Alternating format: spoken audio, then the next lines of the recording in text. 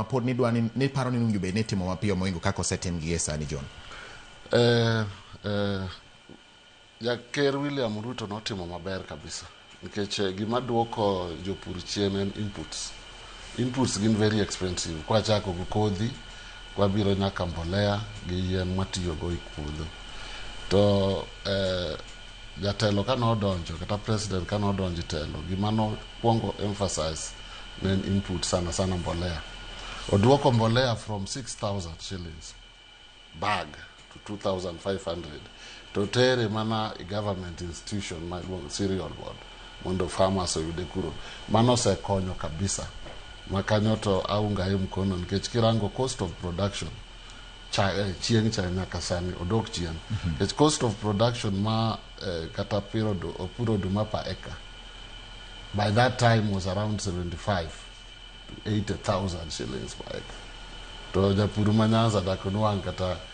watching 10 bags to tiyo ga 80,000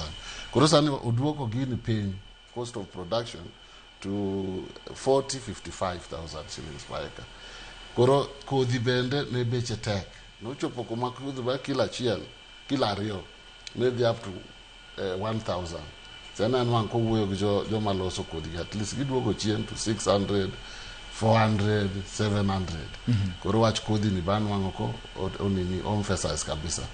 enanan kothe mang'eny osebiro Kenya ka anya wacho ngaji ni oduma muneno uchamo kata unyiewo olos gi mopogore wan ga hybrid wan ga land race man wapidho chon chamando to wakulime mango then wan gi GMO koro nyakinen kodhi man mipidho manyalo miyo ohala mang'eny then awacho ni population be kipidho kodhi kako oduma eka achiel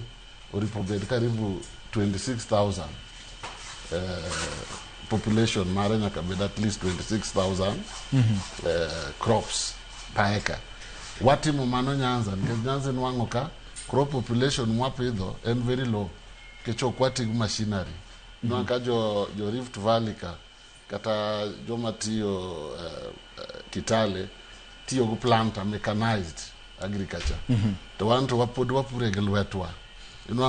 spacing raj wadhi biro kanyo John mondo wang'ini now when we are doing adwa biri inputs kapo doga we inputs yes kore nwango no watiyo the right inputs but with a smaller population ma the crop koro podo kwa nwangino koro nyaka warang kaka wapewa nyalo tiego jowa mondo kata ka gitiyo gi inputs gi to ginwang the right population ma the crop. Thank you very much. Ero kama na John. Wendo na mabende osedonje studio ka kendo wadhi twak kode